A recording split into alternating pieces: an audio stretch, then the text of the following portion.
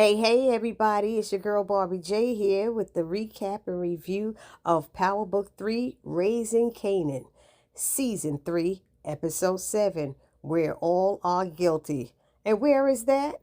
In South Queens, I guess, where they all are guilty over there. The synopsis read, loose drinking creates a problem for the whole family when Chantel goes looking for justice. And y'all know Chantel is Scrappy's mama. It says, Kanan assimilates into Ronnie's crew. Oh, my Lord. And Rock formulates a new plan for Unique's former heroin operation. Had Unique's operation even started yet? I'm just like, this episode was crazy, and I'm telling you now, my review might go on for 30 minutes because, I like to try to do at least 20 minutes, no more, but this requires a lot of my 2 cents in it because I ain't like a lot of stuff that was going on, and it was messing with me. So I'm going to do this recap right here while I watch this show the second time through.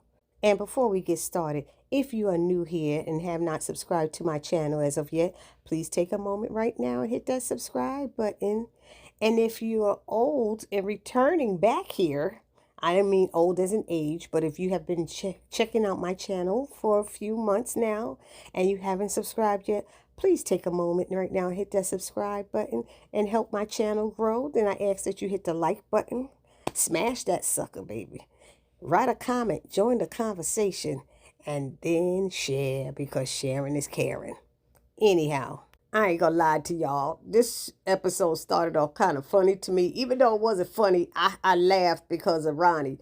But they started off with my jam from back in the day, Arrested Development, Tennessee. That white guy in there just chilling, doing a crossword puzzle, minding his business. Paul is his name. He minded his business, and here come Ronnie and his goons busting in there.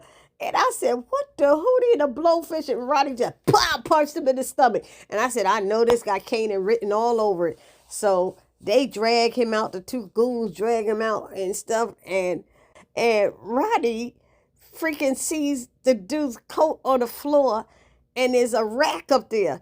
And he takes the two coats that's on the rack. One of them, he moves it over, picks up the other one off the floor, puts it on the rack hook, and looks at it like, okay, that's good, and leaves out. I said, what was that? He gotta be orderly? Is that a prison thing or something? I don't know. Y'all gonna have to tell me down in the comment section. I didn't know what that was.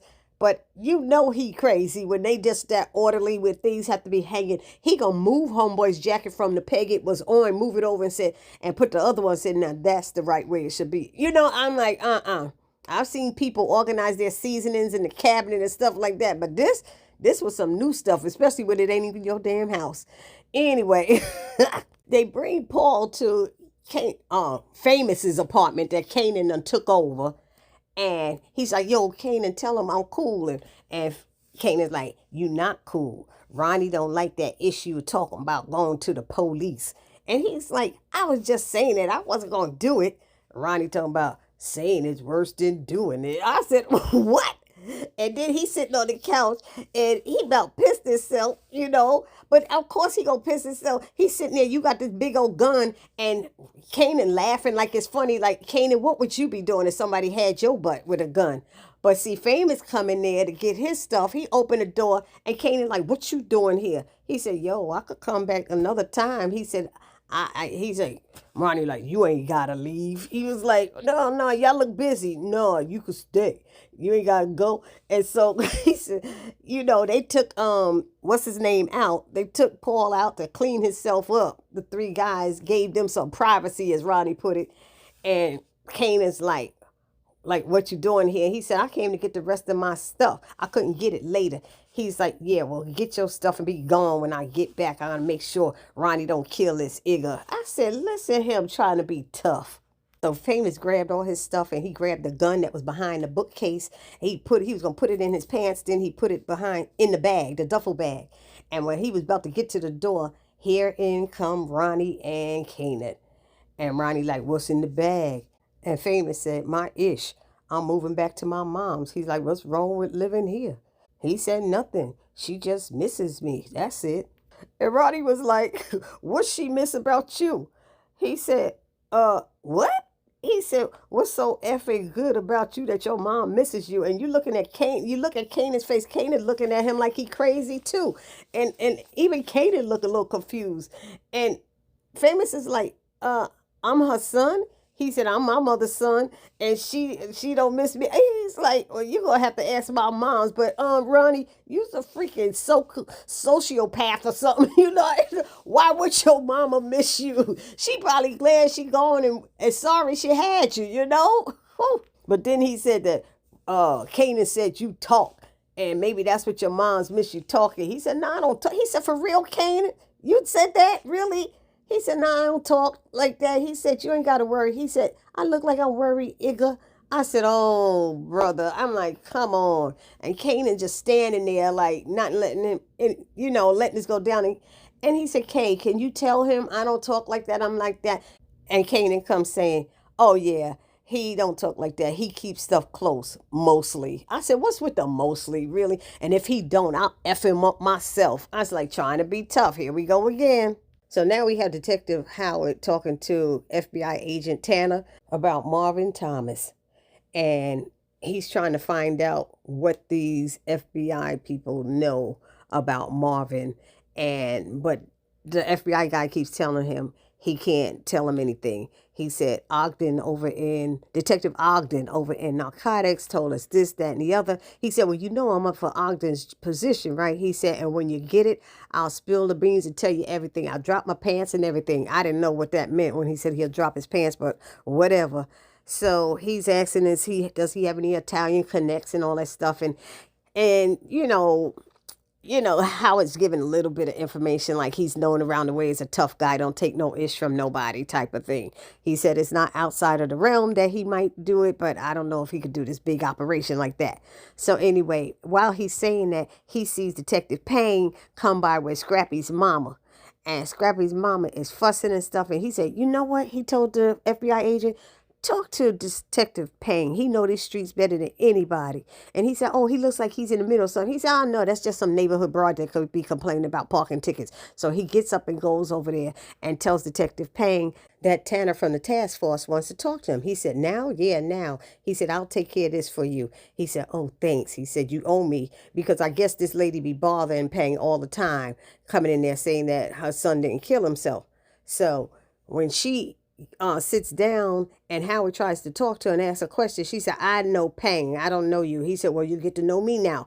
And he was trying to get her to tell what happened. She said, I'm here for a murder. And then she told the details. And then she said, what are y'all going to do about it? He said, well, I'm going to have to need some names if you heard this information from somebody. And she said, you know the streets talk. I can't be telling you the name, because once I tell the name, you have to be careful and all this stuff. And he said, well, how are we supposed to help you search and look it up if you don't tell us the name? So she said, Lou Thomas. I said, oh, Lord. And I know in Detective Howard's head, he said, oh, ish, Meanwhile, we got Rock running around, meeting with all of these different drug suppliers that Unique was meeting with, and basically she's trying to continue what Unique had started with the heroin drugs, and she's meeting with all these different people, even the Chinese people. But I was thinking to myself, did Unique even get this up and running yet? He was trying to, but I didn't know it was up and running at all. So over now to Marvin. Marvin is going to meet his boy Gerald to check on him. And he go, what the blood? He sees these two little girls in the car, windows all fogged up. It's cold outside. And it's Gerald's daughters, the 5 and the 7-year-old. And he's like, what are you doing out here? And she said, Daddy told us to stay out here until he come and get us and call us in.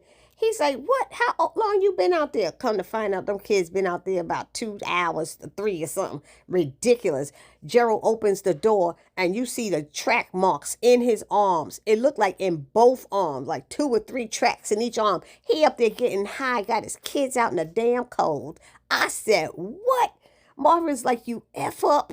He was pissed. So he started playing Mr. Mom, or what I was saying, he was the good uncle because the kids were calling him Uncle Marvin. So in this scene, he's giving them dessert and then he's telling them to go in the room and do their homework. They like, we don't have any. He said, what kind of school don't have no homework? He said, it must be in the Bronx. I said, oh Lord, Marvin crazy. I was like, my son went to school in the Bronx and he had a lot of homework, a whole lot. But anyway, we have Gerald telling Marvin, there's really no amount of gratitude I can express that will adequately articulate my appreciation. And Marvin's like, I don't even know what the F all that means. All I know is that this is a mess, G. What if I didn't come through when I did? Those kids would have been in there. Some guy might have grabbed them in a van, or they might have been freezing to death. He said, you a damn disaster right now. He said, this ish ain't right. And he said, where's their mother? He said, I don't know. She could be around the damn rural right now, around the corner. She the one that got me started on this stuff, and I haven't seen her in a year. He said, she got me started on this ish and then left me when I tried to kick the habit. And I said, dang. He said, you ain't got no family or nobody. He said, nobody too keen to want me around anymore. It seems that people don't want you around after you steal from them. I done burned all those bridges. And all Marvin could say is, you know what, G, you're a effing mess. And I said, wow, he was really like done with him because there's these little girls involved, their lives. Then we see, what's her name? Jukebox. She's at the, the Army Reserve place or whatever, and they asking her questions about what she would like to do. They trying to figure out what field to put her in the Army, technology, science, what is it? And Jukebox is sitting there like she don't even want to be bothered. They like, what about transportation? And Juke's like, when y'all came to my school, you said you help and pick me a career and change us. So why don't you do that? Why don't you pick me something and train me and I'll sign up for that? I said, girl, really? So then Marvin is talking to G and telling him the reason he came over was to bring a picture of Jukebox so he could see what she looks like for his article and stuff. But he said, your life is so effed up. He said, it don't even make sense. And he snatched the picture back from him and said, it don't matter no more. He said, what's important right now is those little girls. You need to get cleaned the F up, Marvin. So basically that was their conversation. While he sat there, ate a box of cornflakes. I remember cornflakes, but Marvin eating them things dry with no sugar on them. I was like, damn. So now we got Famous. Famous gets home. He takes his gun out the bag, put it up in the shoebox, and then his mama comes into his room. And she's like, I'm about to make lunch. You want anything? He said, no, that's okay. You need any help? I said, what? Did he ask for help? She said, no, mi amor. I'm like, my love. I love that. The accents, And so she could tell something's wrong with him. And she said she tells him she was scared, she didn't know what else to do because he was acting a fool. And he said, you know what, no, Ma, you was right to put me out. I was acting like a damn clown. He said, and I'm going to do better, And he said, I won't do it again. She said, and I won't tell you to leave again. And he started telling her how he did some stuff out there that he not proud of and he's sorry. And she's like, don't think about it, But you could tell his mother loved him and that she was at wit's end. That's why she told him to get out. Because Famous was acting a darn right fool. But she was hugging him and he said, I love you, Ma. And she said, I love you too. And I was like, oh man, to hear the son tell their mama they love him. It was so sweet, especially when he know he was doing wrong and how he was behaving. Anyhow, now we have Butter, their group leader. I forgot that lady's name. I don't even know what her title is anymore. But I'm going to call her the group leader. She telling them, guess who just got a gig at the Garden State Mall opening up for Shanice? And they was like, yeah. She said, y'all moving in the right direction. So we got the girls all looking cute. We got them all with the same outfits and different colors. We got Crystal in purple, but she has on a black, like almost bra type thing with fishnet across the top and the arms. And then we got Aisha in red, and she has on like a black crop top. Hers come down a little bit lower, but above her belly button. And then we got Jukebox in green, and she has on a black top, but it comes all the way down to the waist. So she tells the photographer, I want pictures of each of the girls out front so I can see how they look. And she tell them to make the camera love you, and maybe I will too. So she is so crazy. But anyway, y'all know what happened. Crystal jumped out there first, and the photographer said, "Oh, I guess you'll be first then." And Jukebox just looked at her. I started laughing, but I forgot to tell y'all my song was playing from back in the day, CC Peniston. Keep on walking, I'm not talking to you anymore. Keep on walking, I'm not talking. I said, you better sing. I thought that what we had would never end. But now it's too late for my heart to mend. Oh! Anywho, back with Marvin with this lady at the precinct. So she's telling him, after she said it was Lou, she said, well, he was drunk and stuff. And he said he was drunk. She said, yeah, because he was all over the place with the talking. And he said, well, just to let you know, drunk confessions don't hold up in court. She said, but my son didn't he killed himself. He said, look, I'm just trying to let you know that might happen, but don't tell nobody else about this, no other cops, no nothing, because like you said, when people start hearing you that you were talking, you become a snitch, and then you have to be worried about it getting hurt and stuff. And she just looking at him.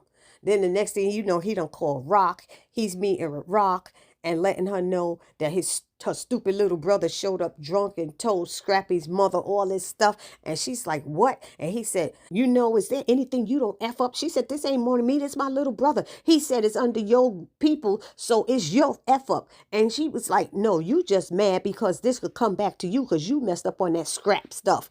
And he didn't say nothing. And don't you forget, Igga, I could bury you with all the stuff I have on you. And he just looked at her. I said, oh, snap. Everybody got dirt on everybody up in this piece, right? So then Rock goes and tells Marvin about it, and he's like, she's like, this some BS. Open up his mouth. The cops are, they cool now, but this ain't gonna stay on ice for long. And he gonna have to take care of this. We're gonna have to take care of it. But right now, we got to get all this business started. Come on, let's go in here and talk to these Chinese people. So they talking to the Chinese people at the restaurant, come to find out them two people where Unique had gone, where Ronnie didn't want to do the deal. Those people don't even own the shop. They just manage it. So Rock and them was saying, we need to do bigger and better. So they said, well, my uncle owns the shop. He has about 20 of them in Brooklyn and Queens. And she said, well, when can we meet him? You can meet him now. He's sitting over there eating number 37. Marvin's like, get out of here. Number 37 is my favorite too. Marvin's so funny. So now they show a quick scene with Lou listening to one of Famous's raps. When the owner of Cafe Booze comes back there and she's listening, and she said, wow, I like that. It's moving, emotionally, and Lou looks at her. He drunk and drinking again because it's the damn truth. And she's listening more and listening. I said, why would you say that? Learn to shut the F up, Lou. Shut up. Oh, my goodness. So now we got this scene with Jukebox and Aisha in the bathroom, and Aisha throwing up, and she comes out and he said, I must have ate something bad. And Jukebox said, you seem to eat something bad a lot. She's like, what's that supposed to mean? She said, oh, nothing. But what Jukebox is probably saying in her head is, your ass probably pregnant, honey. Now, we know that Jukebox threw up when she was nervous and stuff like that. But this chick can't keep still being nervous. You in the group already. So what's going on? What else could be going on? So they go into the studio, and there's Kanan rapping to Crystal. And he's like, yeah, yeah, yeah. And Aisha come there, Kanan, and she goes, skips over to him and stuff. And he's like, yo, we gotta go. The movie's starting about half an hour. And he kind of looked back at the girl Crystal when he was walking over to Aisha. And Juke catches everything. She's very observant. So Juke said, haven't seen you around lately. You with them old ass friends? Y'all gonna ride up to AC to play the slots. Them old people always got a bus ride to play, to gamble and stuff. I was dying. I thought that was so funny. And he was like, they ain't my friends. They're my associates. She said, oh, this Igga got associates now. Okay. And of course, here little Aisha always jumping and defending him. I mean, they all seem cool to me. What's their names again? And then, Jukebox says, Pops and Snaps. And she said, and they used to stick up banks. That's what they did until they started selling drugs. Is that what they doing? Teaching you how to stick up banks? And Kanan's like, they don't even do that ish no more. And so he tell Aisha, we got to go. And so they leave. And then Crystal walked by and she said, Kanan's with Aisha. She said, you mean puke box? You Jukebox, she puke box. And she said, so Juke tell her, stay the F away from my cousin. And she said, F you. And I said, oh, okay, it's like that. So now we over to Marvin and Rock. They're meeting with the owner of the 20 restaurants, the Chinese guy. And Marvin's trying to eat with him with the chopsticks and everything. And he trying to show Marvin how to hold him. And Marvin said, I was just really trying to impress you. He said, I usually use a fork. I'm loving Marvin, y'all. I'm sorry. I love Marvin. But so he's telling them all the information and he said he wants a percentage. And Rock said, that's something we could discuss, you know. And he gives her a list of all the 20 restaurants he have. And Rock drives around and do surveillance on all of those restaurants to check out how they are. And she went into one of them. She went into the back because they were supplying like equipment and pots and stuff like that. So she went back there to ask questions, and the lady was pretty nice and was answering. But then a Chinese man came there and said, like, what do you want? We don't work with you. Basically, let's just say he was saying we don't work with your kind because he's like, we can't help you. So you could tell he was racist. And like that guy has said, Juan or Tuan or whatever that guy's name was, he said he don't like the Chinese because they think they're better than every effing body else, So Rock said, thank you for your time. Bye. Then we get this quick scene with Aisha and Kanan. They in the movie theater, making out in the back. They in the last row kissing. I don't know if anybody else is in the theater with them, but they getting it in, right? And his hands keep going up her blouse. And she's like, stop, stop. You're going too fast. And he's like, I can't help it, babe. It's just that I'm sorry. I like you a lot. She said, I like you too. And he started kissing, putting his hands up again. She said, you know what? Forget it. She said, I want to go home. He's like, no, I won't do it again. I won't do it. She said, no, I got to go. He said, well, F it then. All right, go. I said, oh, we like this, Kanan. She said, you're not going to take me home? He was like, you know how to go ride the train? I'm going to sit here and finish watching this movie. I said, whoa, Kanan, that's messed up. When did you become so disrespectful to women? Is that when you started messing with that lady, the mother and the daughter that lived on Famous's floor? And the thing is now, I thought she was pregnant because she had been hanging out with Kanan all this time. But from what we're seeing here, they never even had sex. So at some point, we got to find out what is going on with her, why she's always throwing up. So now we see this very disturbing scene with Ronnie and Juliana in Unique's house. And she's like kissing on him and saying, I want you to make you feel good, and I want you to make me feel good. And he's just sitting there, stiff, glasses off, and she's smashing his kiss. His mouth is not even moving with hers, and she's just trying to get it on. And Panessa comes in, and she like freezes when she sees them. And he's like, what are you doing here? She said, I live here. She said, what are you doing here with the lady from the bodega? He said, you staying with your mother. Get your ish and go. She was like, Ronnie, he said, get your ish and go. So she goes upstairs because he giving her that dead stare. I think he put his glasses back on for that one.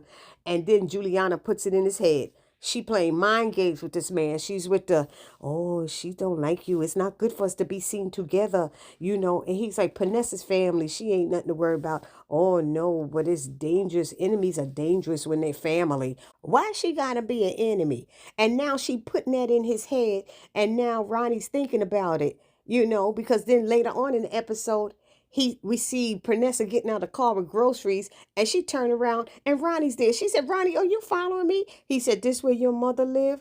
She said, Ronnie, what's going on? He said, whoever hurt Unique is still out there. We want to be careful nothing happened to you because you all Jerome have. I said, is this man threatening her? He's sitting there threatening her. And she was like, I gotta go. And she left and walked into the house. Oh my goodness.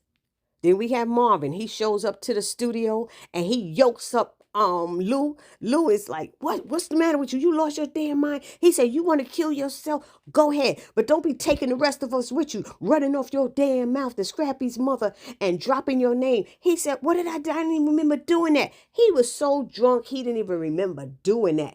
I didn't know that happens. I had no idea that could happen, but that's what he said. And he's like, you going to have to make this right because you done messed up. Now we got Detective Howard. He comes in the precinct and sees Burke's father getting her belongings and stuff. And he gets them all together and they're talking. And he's like, if you ever need anything, I need someone to talk to, let me know. This is Howard being all nice guy and all this stuff.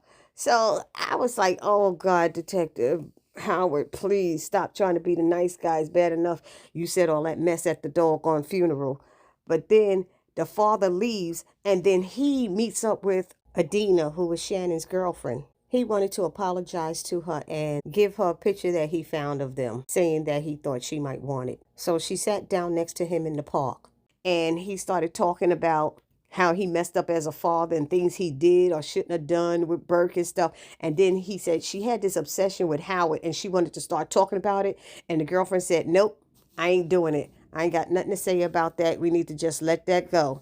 But he felt like he needed to try to make things right with her after death because he didn't make things right when she was alive. You know, people, it's too late at this point. Anyhow, Detective Howard goes into Captain's office and finds out unofficially that he got the position, Ogden's old position, working with narcotics. So they congratulated him, and Howard's happy with that. Then we see Jukebox coming down the hall to the apartment to see Kanan, and the two thugs are stopping him. And she's like, get the F off of me, let me go. Who are you? She's like, I ain't got to tell you nothing. And Ronnie comes out there and look and said, that's Kanan's cousin.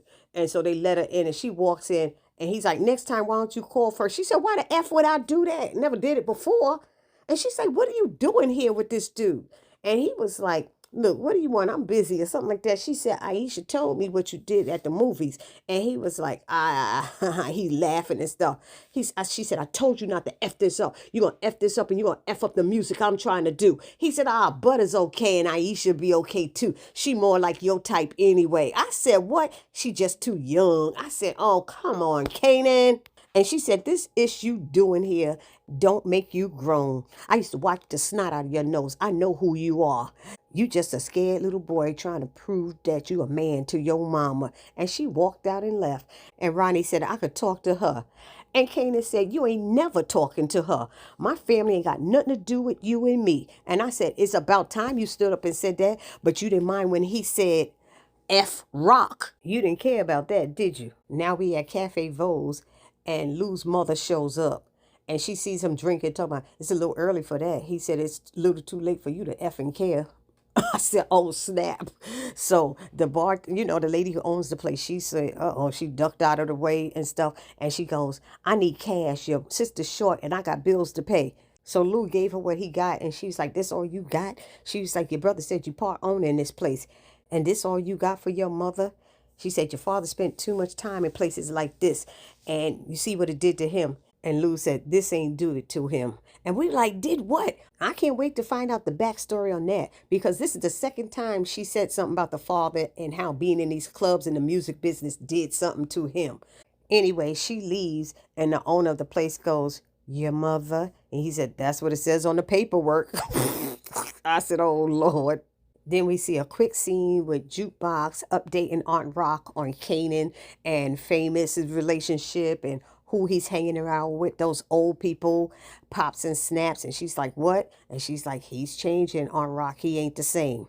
Then we see Kanan knocking on somebody's apartment door. And who is it? That fast-ass Crystal. And I'm thinking to myself, Kanan gave her his number then. While he was waiting for Aisha, he had to give her his number. So he ain't worth 2 cents in my book. He been not worth 2 cents. She gonna be puking up some stuff soon if her little fast behind don't chill. And then it ends on a sad note.